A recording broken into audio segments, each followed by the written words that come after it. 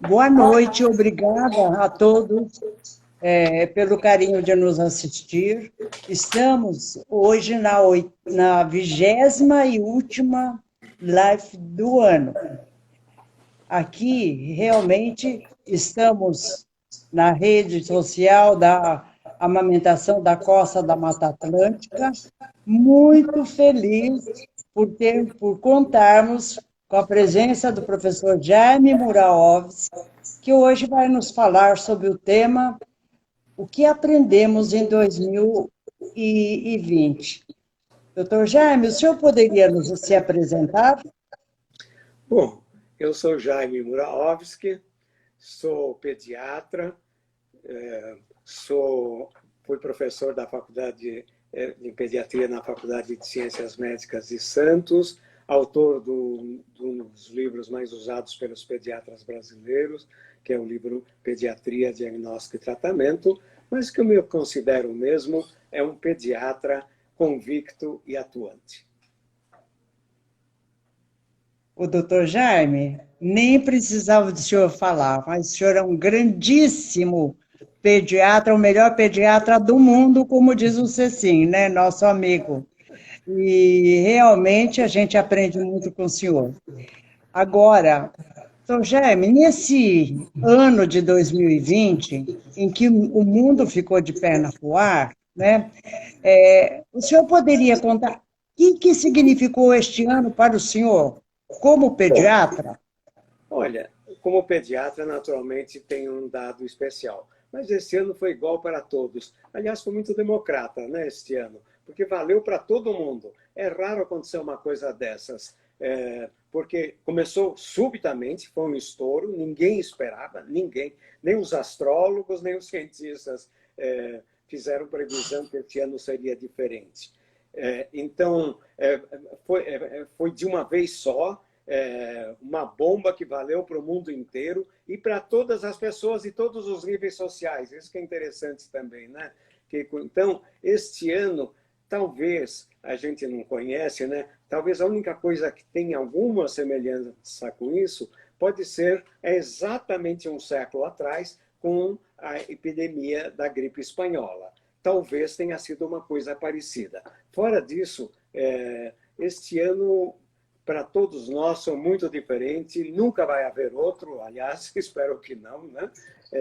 Porque o que este ano foi, porque está no fim, e foi realmente um ano inteiro, muito diferente, e que a gente, quase todos nós, nos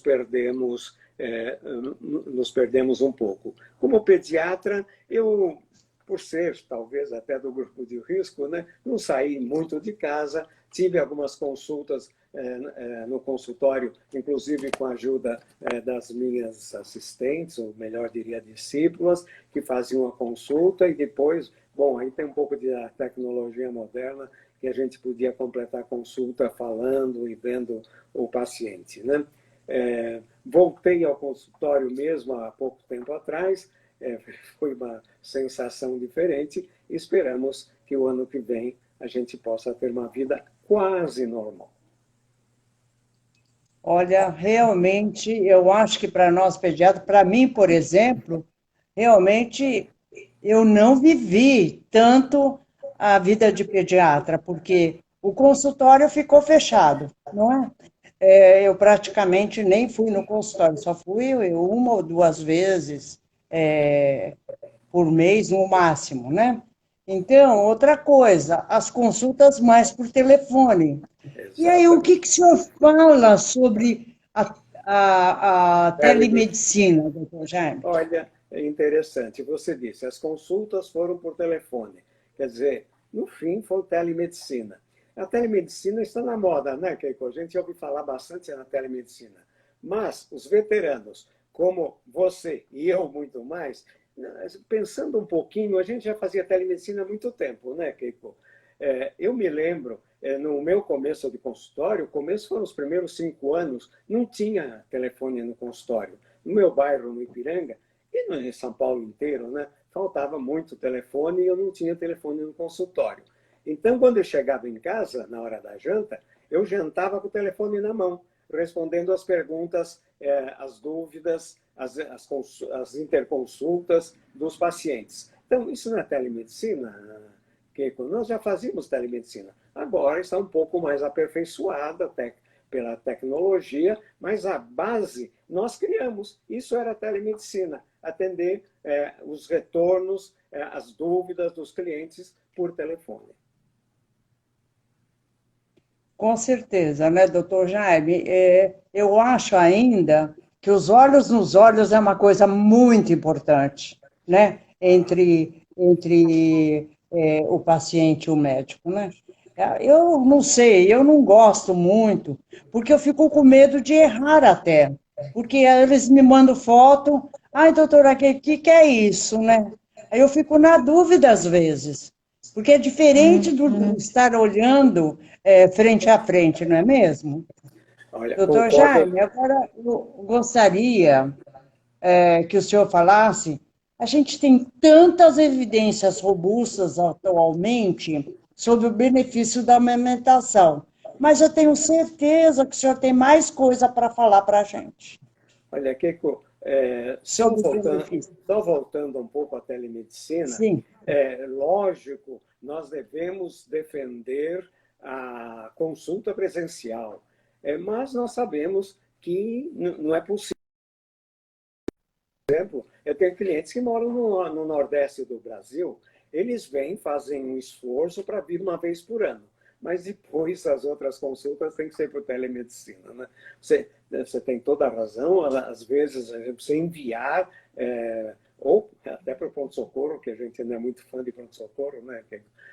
Mas ou para um médico que veja lá. Mas a orientação a gente pode dar por telemedicina, isso é inevitável. A telemedicina veio para ficar. Não vamos exagerar, como é a tendência do ser humano, é sempre exagerar. Não vamos exagerar. Vamos tirar as coisas boas e continuar com a base da medicina, que é aquilo que você falou.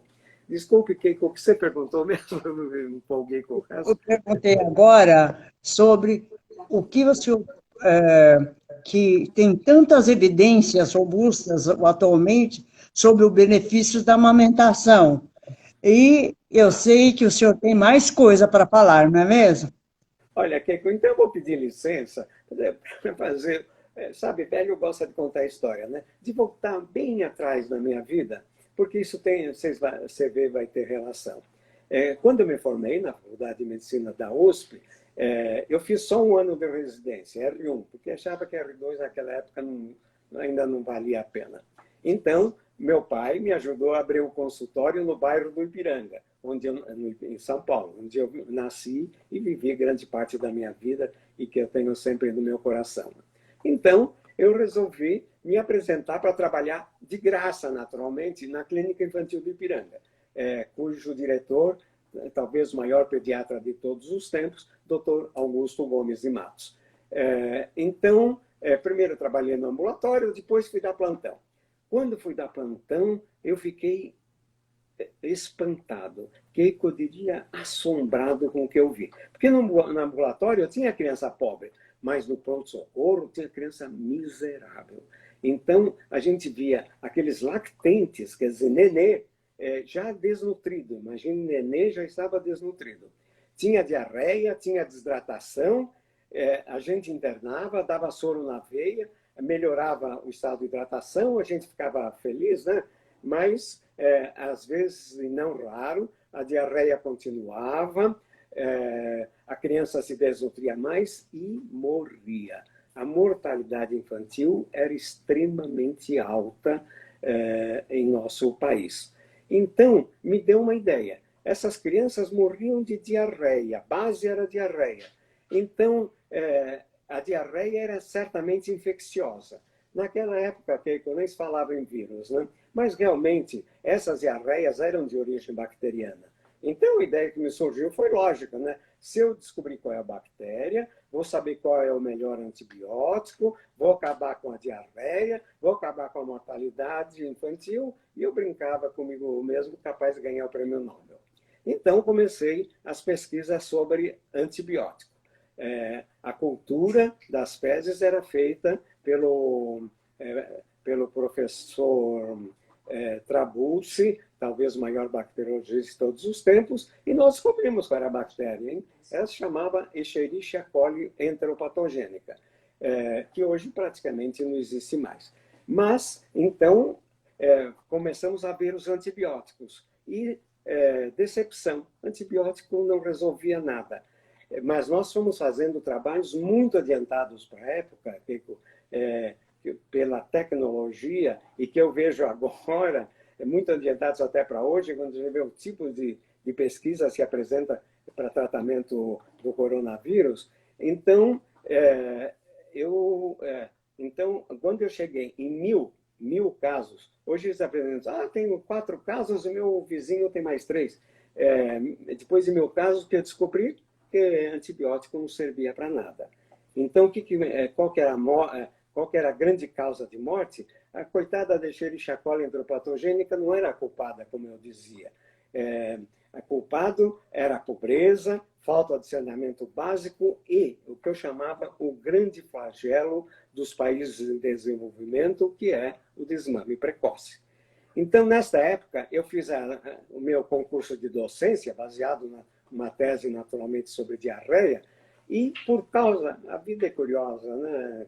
As coincidências, que eu chamo a lei do caos, são terríveis. Então, pelo fato de eu ter feito esta tese, então eu tinha o título de professor, doutor, e então eu fui convidado para ser, por um grupo de vocês, para ser professor na faculdade em Santos, que tinha sido criada há 3 anos atrás e ia começar a pediatria.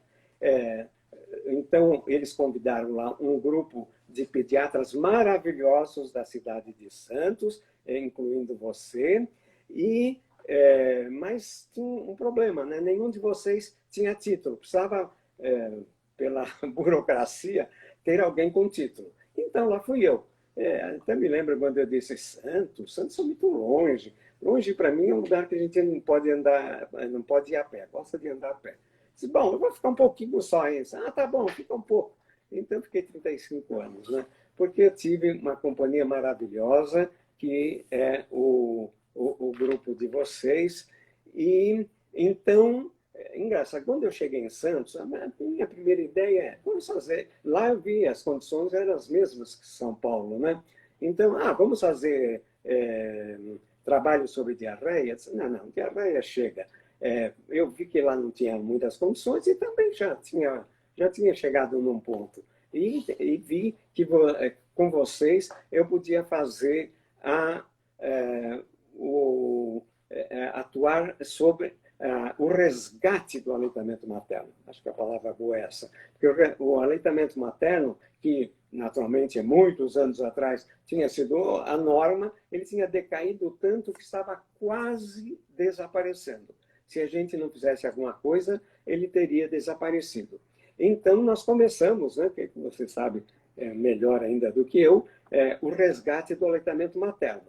Isso começou no pré-natal. No pré-natal, a gente combinou lá com a obstetrícia e já pegava as gestantes. Depois tinha o pediatra na sala de parto, orientando para a primeira mamada na primeira meia hora de vida. Depois a criança ia saindo do berçário, ia lá para nossas enfermarias, onde ficava junto com a mãe, quer dizer, ao lado da mãe, não na mesma cama da mãe, isso é outra história. Então, e depois que tinha alta, ia no ambulatório de segmento.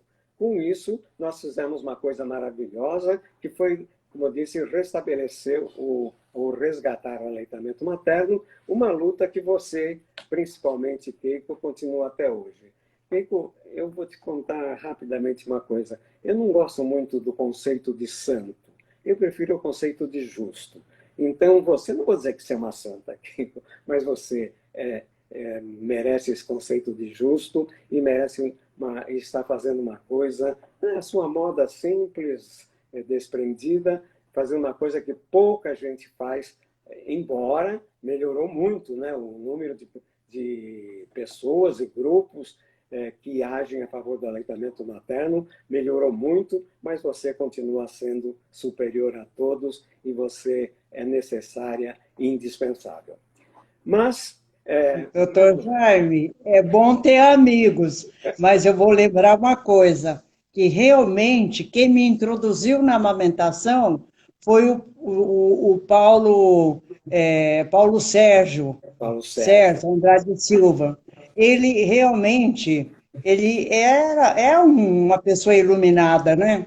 E ele falou assim para mim, Keiko, o que adianta a gente recuperar desnutrido, porque nós estávamos no trabalho de desnutrido, recuperação de desnutrido, que o grande problema está aqui, que é o desmame precoce. Então, nós devemos lutar pelo desmame precoce. E vamos lá lutar pela amamentação. E foi assim que a gente começou a nossa vida também, não é? Concordo totalmente. Eu ia dizer isso. Aquele grupinho que eu peguei quando cheguei em Santos, aquele grupo maravilhoso, fantástico, que era o Ernesto, saudosa memória, Venâncio, saudosa memória, o Paulo Sérgio, você, Keiko e a Laís, né? Agora, você, lógico, você deu todo o mérito. Paulo Sérgio é um sujeito maravilhoso, nós sabemos, mas ele deve ter falado para uma porção de gente. Quem fez? Você. Olha, precisa alguém estimular, mas precisa alguém fazer. E exatamente isso era você. Então, e hoje? E hoje, Jaime? Bom, hoje alguém morre porque é desmamado? Olha, não, Keiko. Dificilmente alguém morre porque é desmamado, né? Então, aquela mortalidade infantil acabou e ninguém morre porque é desmamado. Então, por que hoje o leite materno? Acho que é aí que você queria chegar. O primeiro benefício é a nutrição. Quer dizer, então, é impressionante, né, quando a gente pensa um pouco, né, Keiko? O crescimento e o desenvolvimento da criança é tão complexo, né? Quem diria que um único alimento, e um alimento que está disponível, e um alimento que pode ser oferecido sem custos para a criança. Hoje nós temos remédios de altíssimo nível que curam câncer. Qual é o custo? Milhares, milhões, né? Então a gente tem algo que muda o presente e o futuro das nossas crianças e sem custo nenhum. Então, eu digo o presente, que no presente é importante para o crescimento, para o desenvolvimento, evita doenças, as doenças próprias do lactente, que ainda existem, né? Como a diarreia, otite, pneumonia, asma. Então, o leite de peito é protetor. Mas aí tem outra coisa fantástica, né, Keiko? Que as vantagens do leite de peito não é só para agora. Já seria muito bom, né? Mas se projeta para o futuro. Quer dizer, se projeta para a maturidade. Quando o indivíduo já deixou de ser um jovenzinho e começa a ter o risco das doenças degenerativas. Então, o leite materno, se mamado em quantidade boa na época inicial de vida, ele protege. É lógico, nada é 100%, né? Mas protege, inclusive, contra essas doenças. Mas só a parte física já seria muito bom. Mas tem também a parte mental, né? O desenvolvimento intelectual e mental, inclusive o desenvolvimento afetivo da criança, depende em grande parte do aleitamento materno. Quem sabe a gente possa ter um mundo melhor, que eu sempre digo, ainda em nossos dias, embora no futuro, e, sem dúvida, o estímulo ao aleitamento materno, não vou dizer que é sozinho, né? Mas é uma das bases para que a gente tenha gente melhor e, portanto, um mundo melhor. Doutor Jaime, eu não queria esquecer aí de falar que tem gente da Bahia, a Lúcia, tem gente do Ceará, a Diva, tem gente de Santa Catarina, que é o Cecim, que está toda hora aparecendo aí. Viu, Cecim? Já falei de você. Também gente lá de São José dos Campos. eu gostaria também lembrar, né, seria uma injustiça eu não lembrar, nesse caminho da amamentação, da amiga Laís, não é mesmo? Sem Aí, dúvida. ó, aliás, a Lúcia Trajano não é de Salvador, é de Recife, né? A gente vê gente de longe, um monte de gente, né? Viu? E um abraço carinhoso para todos. Doutor Realmente, Jaime? isso é maravilhoso, mas em grande parte é mérito teu, hein? É verdade. Olha só, hein? Se a gente não tivesse chamado o senhor, nós acertamos. Foi o bingo. Doutor Jaime, outra coisa que nós gostaríamos que o senhor contasse. O senhor está me ouvindo? Estou perfeitamente. Agora, Estou perfeito. perfeitamente. Será que todo mundo está ouvindo? Isso eu não sei. Está vendo, né? No meu aqui já retornou. Já retornou, doutor Jaime. Olha, nós paramos na amamentação e Covid-19. Então eu vou voltar a dizer as 4 coisas que eu acho importantes. Primeiro, os recém-nascidos, os bebês e as crianças pequenas têm baixo risco de infecção pelo Covid-19. Isso, como disse, não chegou a ser uma surpresa, porque a gente, de início, pensava que as crianças pequenas não tinham imunidade, não tinham anticorpos, o sistema imunitário ainda não estava bem desenvolvido, e olha, nós temos tido tanta notícia ruim, essa foi boa. As crianças pequenas têm baixo risco de infecção. Por isso, o contato pele a pele entre mãe e o recém-nascido é permitido. Keiko, nós fomos, você em particular, grandes defensores do contato pele a pele logo após o nascimento. Então, a criança nascia, de preferência de parto normal, e o bebê, o recém-nascido, era colocado logo em relação em contato com o corpo da mãe, quer dizer, aquele contato pele a pele, e a mãe, então, amamentava na primeira meia hora de vida. Mas e hoje? A gente não tem certeza como a mãe está, qual o estado de saúde dela em relação ao Covid? Então, a notícia boa, outra notícia boa, e que esse contato íntimo entre recém-nascido e a mãe é permitido, mesmo que a mãe esteja com o vírus. Então, o terceiro ponto que eu queria dizer é que o corona... Olha que notícia, outra notícia boa, Kiko. O coronavírus não foi detectado no leite da mãe com a doença. É lógico que nada é perfeito, né, Kiko? Mas, basicamente, o que importa na prática é que o coronavírus não foi detectado no leite da mãe, mesmo com a doença. Então, essa mãe pode e deve amamentar seu bebê. Então, mais uma vez, Keiko, você que é a maior defensora do aleitamento materno, hoje, felizmente, temos muitos, mas você continua insuperável no Brasil inteiro. Então, a mãe, isso é científico, não é palpite, né? A mãe mesmo com coronavírus pode amamentar seu bebê. Então, podemos continuar com aquilo que a gente já fala há tanto tempo, né, Keiko? Leite de peito exclusivo até os 6 meses, absolutamente nada, só leite de peito até os 6 meses, em horário livre, e leite de peito como alimento principal até os 2 anos. Então, até os 6 meses é só leite de peito. Aos 6 meses entra a dieta complementar, que precisa complementar o leite de peito, mas ele continua sendo o alimento principal pelo menos até os 2 anos. Por isso, até os 2 anos, a criança é chamada de lactente. E, em alguns casos, pode se prolongar. Nos casos que não é possível, e hoje, em virtude das mães, trabalham e tudo mais, no mínimo até 1 ano de idade. Mas fazer o possível para que seja levado até os 2 anos de idade. Doutor Jaime, só lembrar que essas mulheres merecem os parabéns, né? Porque ninguém parabeniza, valoriza tanto uma mulher que amamenta. E amamentar um filho é uma tarefa muito difícil. E eu sempre digo que uma mulher que amamenta, ela não é uma vencedora, ela é uma pessoa que fez uma superação.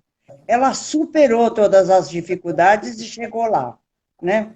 Então, ela devia realmente, sei lá, receber um prêmio, né? Embora ela não saiba, ela tem o seu prêmio, porque tem um filho saudável e um adulto feliz, não é?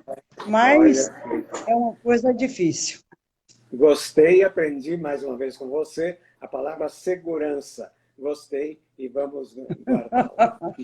Doutor Jaime, deixa eu lhe falar uma coisa, outra pergunta, né?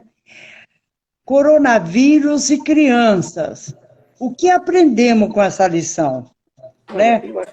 eu acho que eu já falei, né, que eu me adiantei Sim, um pouco. mas aí o Então, senhor não falou sobre a escola, né? a A escola é outra coisa. polêmica das escolas, o fechamento e Isso é o clássico. retorno foram oportunos? Isso é outra coisa, porque então já vimos que o bebê e a criança pequena, o recém-nascido, o bebê e a criança pequena, tem uma boa imunidade contra o coronavírus. Bom, mas agora, quando chega na idade escolar, isso vai diminuindo. Olha a coincidência, né? Quando chega na idade escolar, que ela realmente vai ter contato maior com as outras as crianças, essa imunidade já está diminuindo. Ainda existe, hein, Keiko? Mas está diminuindo. Então, o que nós fizemos, o que foi feito, e não tinha outro jeito, né? Foi fechar as escolas. Mas, Keiko, isso não pode continuar, porque nós não podemos transformar uma coisa que foi correta, que foi boa, em paranoia, hein? Nós não podemos prejudicar as crianças, a nossa população, com perdendo a parte tão importante que é da educação, da instrução nessa idade. Olha, uma coisa boa foi feita, está sendo feita, né, que é fazer por a distância, né? Então a criança está em casa e continua estudando. Não é igual, mas é muito melhor do que nada, né? Então, infelizmente, nós sabemos que isso fica difícil para as crianças, que talvez as que precisem mais, né, que são aquelas que não têm essas facilidades tecnológicas e, portanto, acabam perdendo totalmente as aulas. Então, surge a grande pergunta. E devemos fazer a volta à escola? Aliás, uma coisa interessante, Keiko, a ONU disse que o fechamento das escolas foi uma catástrofe de uma geração. Catástrofe de uma geração.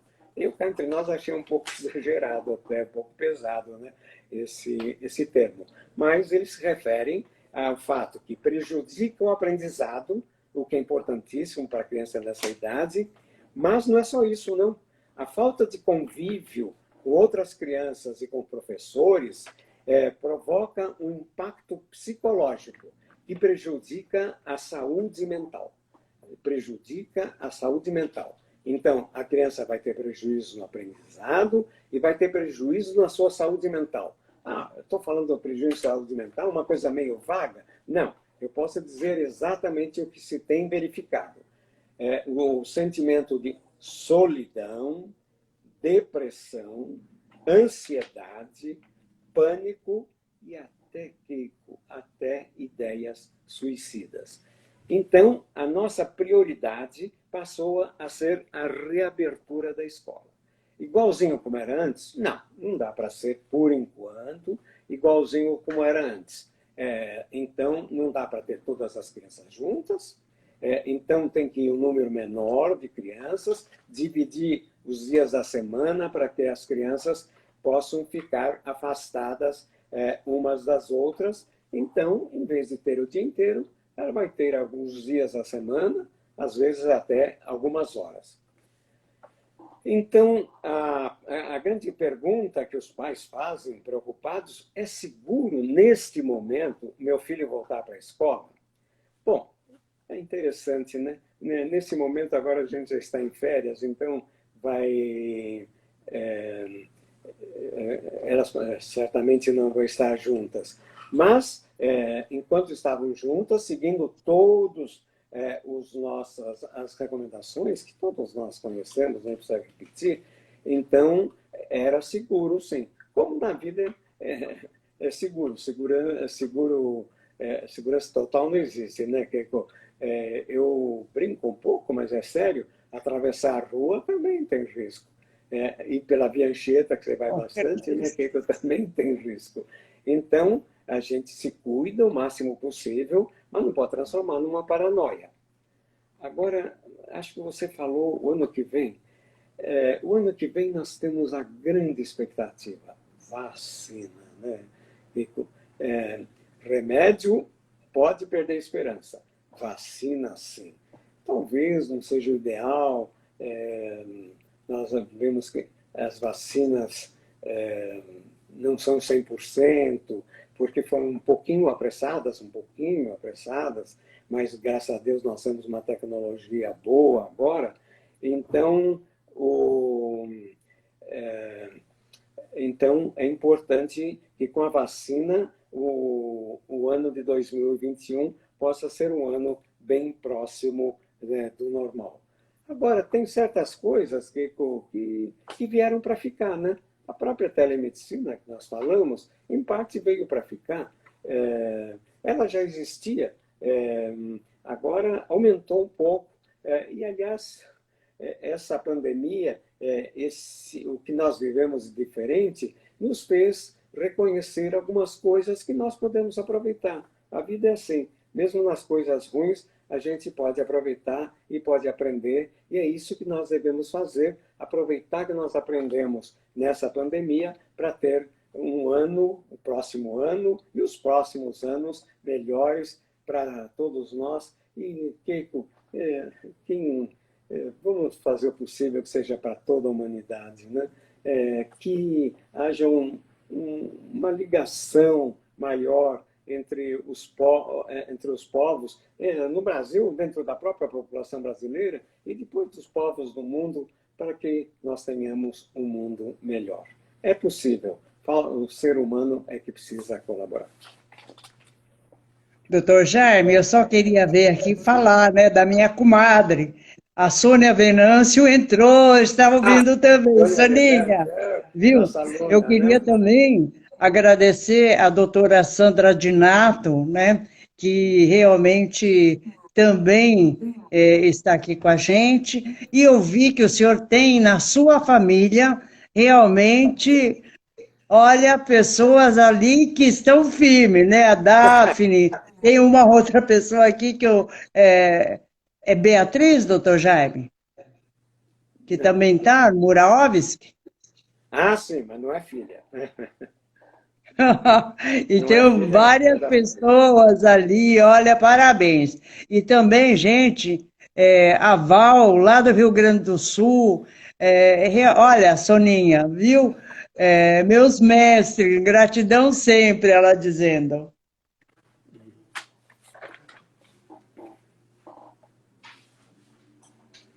Soninha, um beijo. Doutor Jaime, deixa eu lhe fazer, para a gente continuar, senão vamos perder, assim, o tempo urge, né? O que o senhor fala da puericultura hoje? Keiko, acho que só voltando, Keiko, Se o senhor não quiser que falar, não tem que você falou, acho que era problema. A Ioná, minha filha. Ela, assim, acho que ela entrou. O,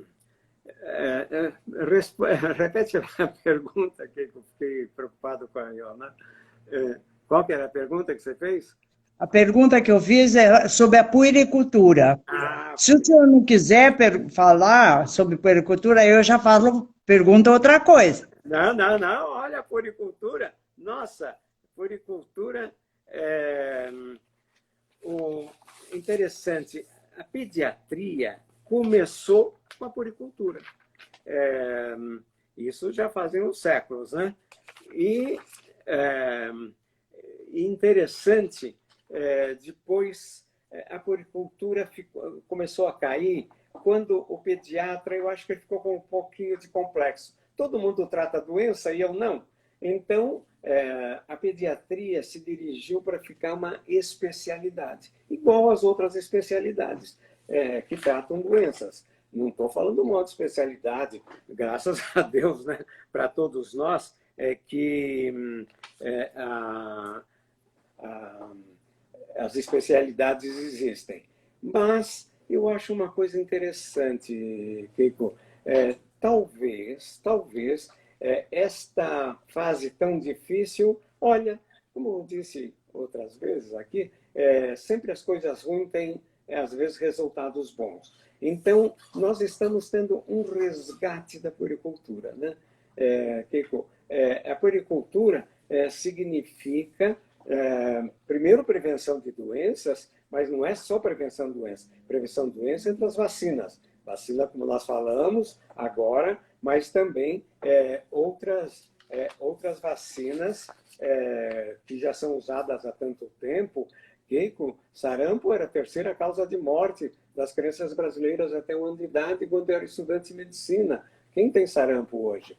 Então, olha a maravilha que é a vacina. Então, quase certamente, nós teremos agora, em 2021, vacina eficaz. Houve um pouquinho de pressa, isso é lógico, então a gente ainda vai ter que ter uma certa cautela para verificar se tem efeitos colaterais. Eu acho que não é um efeito colateral, qualquer vacina tem, dói um pouco, dá um pouco de febre, mas não é o mais importante. Então, além de prevenção de doenças, o que nós queremos é um estado de saúde ideal. E saúde no sentido mais amplo, físico e emocional. Para isso, é puericultura. Por isso, o médico, o pediatra, é interessante. Eu tenho visto isso. Os pacientes vêm, tanto no consultório como no pronto-socorro. O grande motivo é o medo do coronavírus, né? Mas nós, inclusive os médicos do pronto-socorro, que talvez estão muito atarefados e às vezes se esquecem um pouco, que devem encaminhar essas crianças para o pediatra para fazer puericultura. Terminou tudo? Na primeira eu tenho que atender a queixa da mãe, que é a grande preocupação, né? Agora já está mais tranquila? Então lembre-se que seu filho não é apenas para não ter coronavírus, ele tem que ser um adulto saudável, porque Keiko, a longevidade está garantida. Quer dizer, a população está crescendo, está vivendo muito mais, né? Então, a longevidade garantida, mas a qualidade de vida não.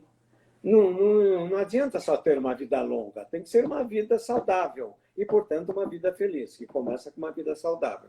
E a vida saudável começa, eu já disse isso, na infância. E, para isso, precisa de puericultura. Então, o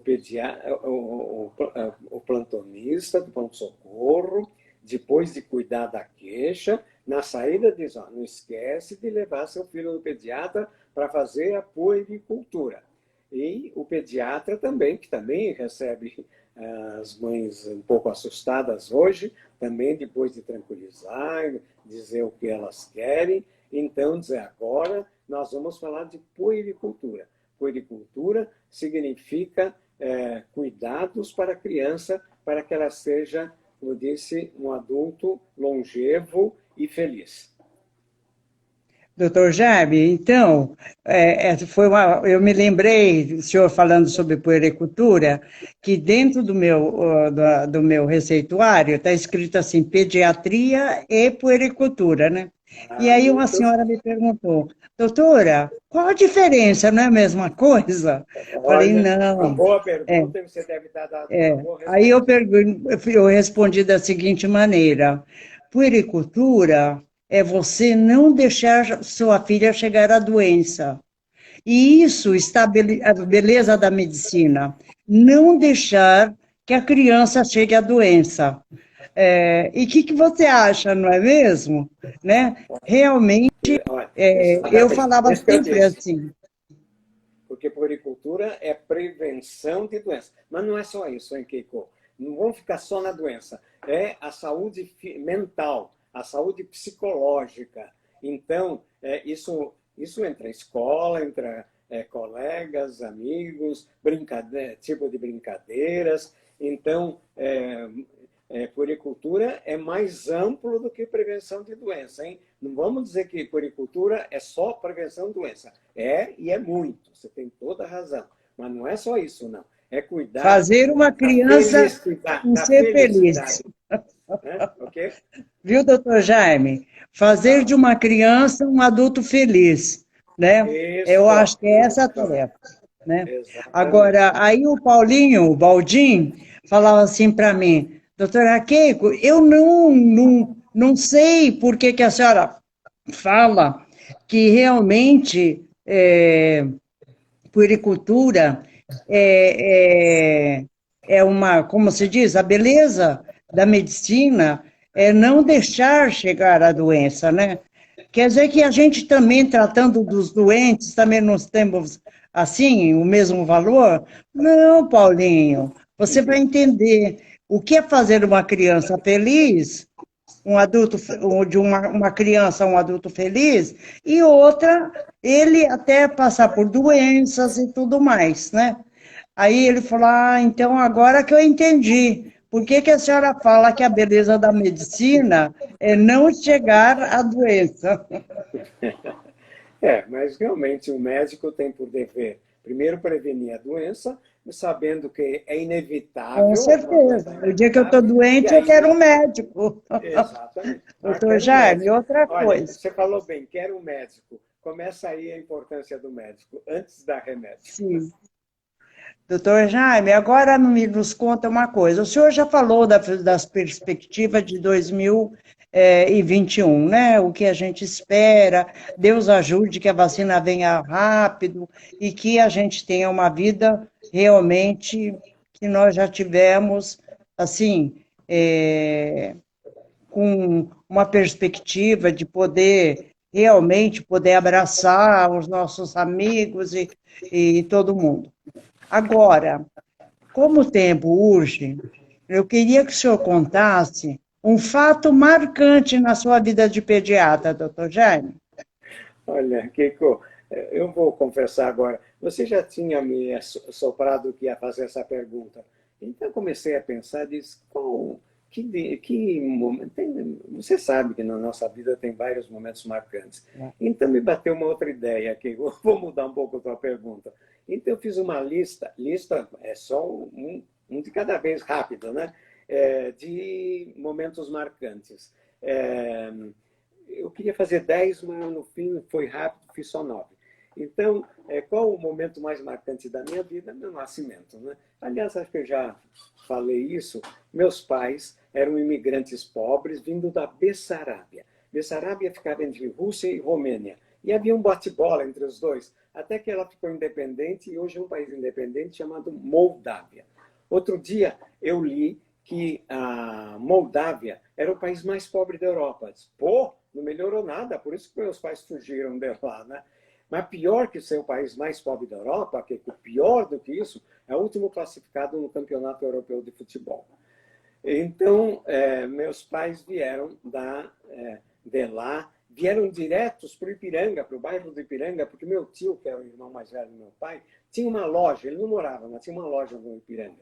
Então, meus pais já vieram diretos para o Ipiranga. Então, o fato mais marcante é esse, ter pais imigrantes, pobres, mas que se preocupavam extraordinariamente com a educação dos filhos. Quer dizer, tudo mais não tinha importância, luxo nenhum, mas educação era indispensável. E eu tive essa sorte. Segundo, aliás, baseado nisso, eu entrei na Faculdade de Medicina da Universidade de São Paulo.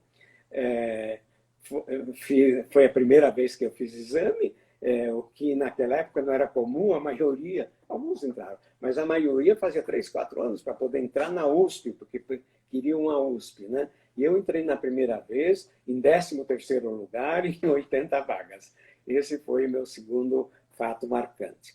O terceiro fato marcante foi fazer residência. Naquela época, a residência não era comum ainda. Tanto assim, quando eu me formei, meu pai chegou para mim e disse, olha, já te sustentei, ele era gozador, já te sustentei todo esse tempo, hein, vagabundo, agora vai trabalhar. Eu disse, pai, tem um negócio chamado residência. Eu disse, residência? Que diabo de residência? Eu expliquei, tá bom, residência.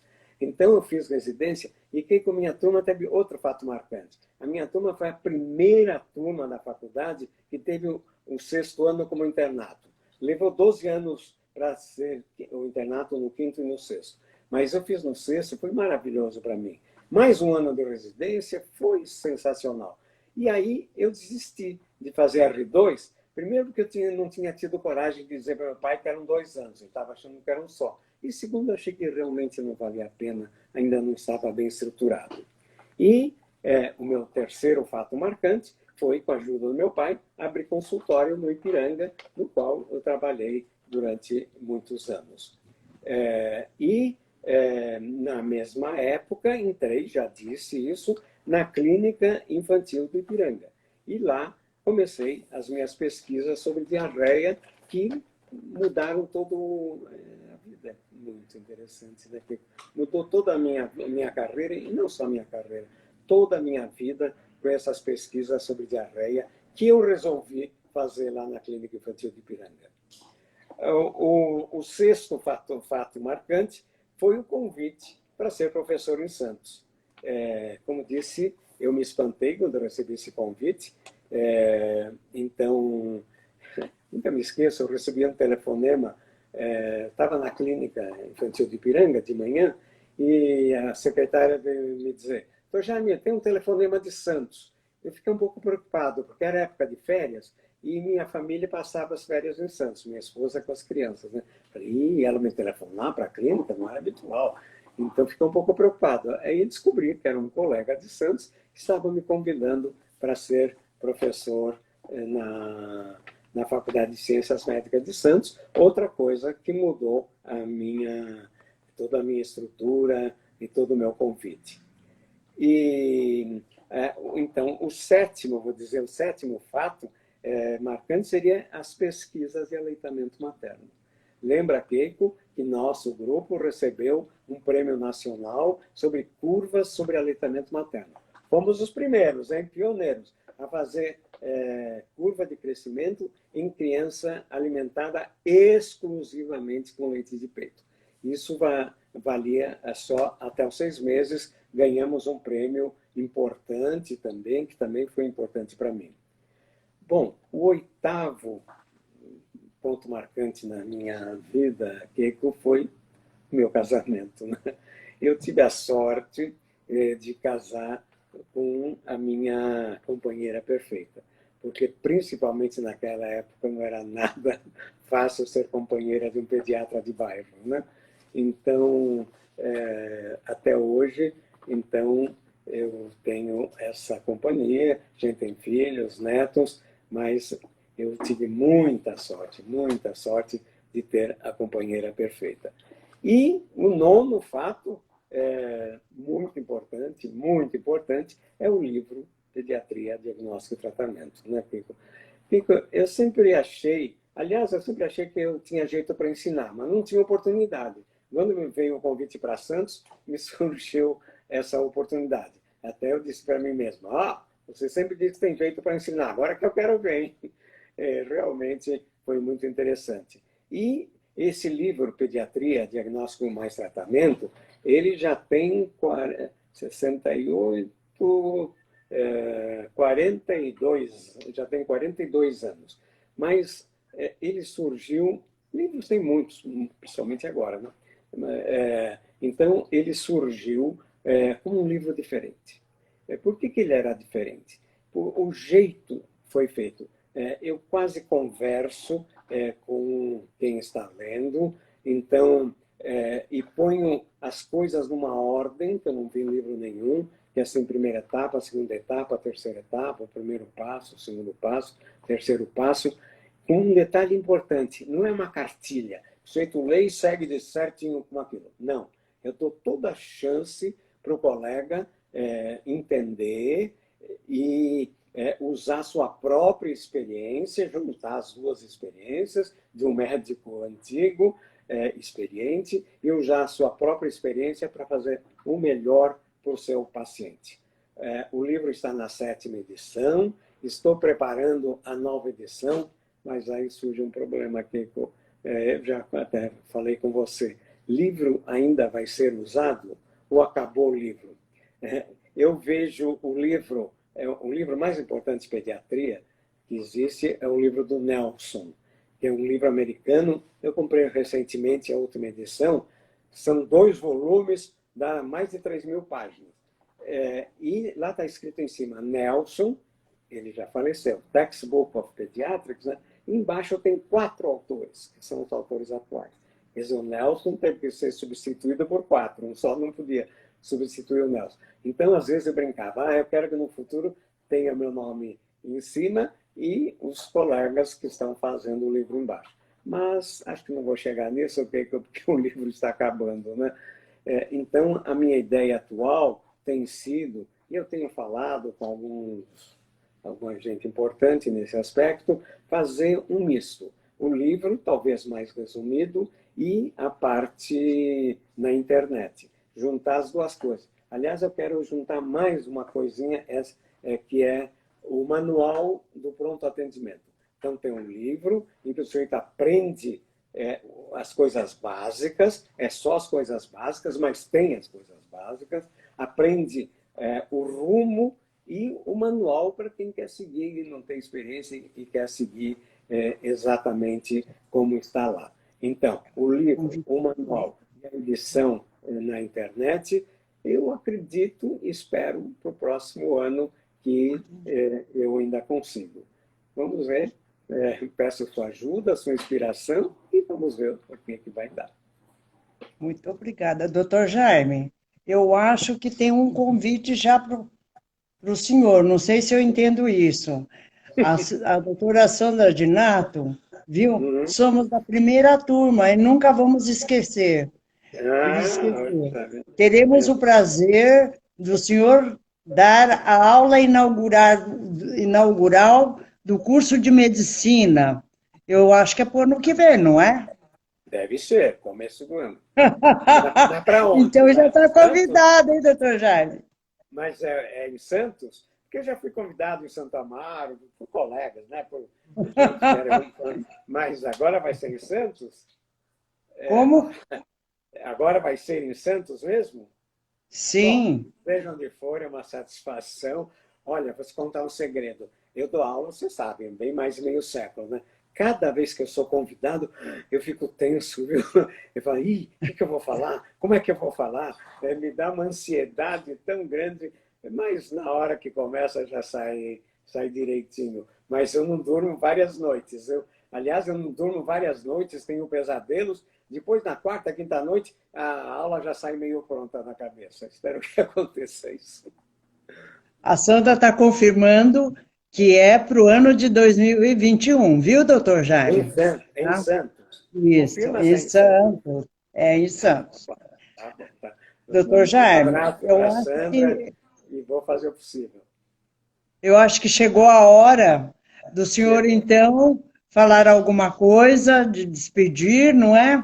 E aí eu também, né, falar sobre a nossa última live, que foi um sucesso, graças ao senhor. Olha, Keiko, eu vou te contar, eu já te contei, né, um segredo.